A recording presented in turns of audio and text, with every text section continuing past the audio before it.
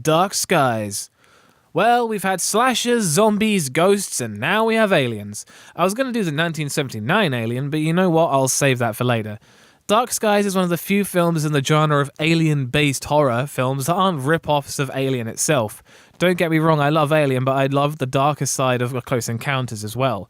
There's only about 3 films who have done it, and not all of them did it well. So, the film starts off with an older kid who must be like 13 or 14 watching some soft porn film with his friend who's fooling around with a bow. Now, this part doesn't amount to much, but really only makes for an awkward scene later where the kid tries to fondle a girl after what you've seen in the porno. What relevance this has to the story is anyone's guess, but the sooner we forget about it, the better. At only 8 minutes in, the first creepy thing happens. Like E.T., the fridge is raided. Then back to random events. The father isn't hired, then says he is to his wife. Is this character building, or are we just fucking around here?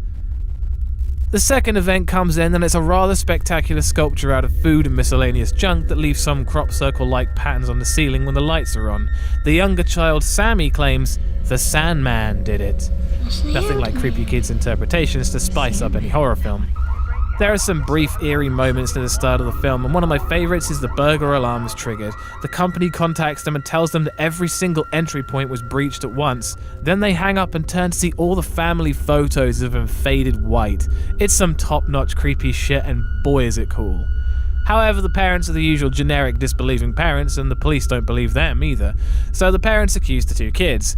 Then there's some biblical stuff like hundreds of birds flying into the house, and honestly good fucking luck blaming the kids for that one.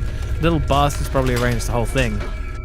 So at this point, nearly every night in the house something wild happens, and for me this is the best part of the film.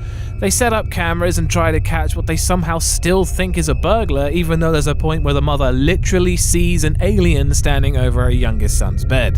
Then the family start realizing they're not all right. The father has an itching behind his ear, the mother loses her mind and bangs her head against a window, a friend of the family finds strange marks all over Sammy's body at a pool party, and the maximum cringe of the elder son's first groping, the girl somehow kisses him and he heads off home happy for what must have been a pity snog. Whilst everyone else is having a nightmare, he's living the adolescent dream. Then after a long period of denial, the mother finally Googles the problem, and even though she finds the answer to everything online, the father goes harder into denial. The characters are so flawed and deal with everything that happens so badly, and when it rains, it pours on these poor imperfect people. Then there's the creepiest part, and it doesn't even feature aliens or anything unnatural. It's just the guy they visit who's an expert on the aliens. This scene is the best in the movie. The guy explains the nature of the aliens and how the invasion has already happened in a slow, monotone voice.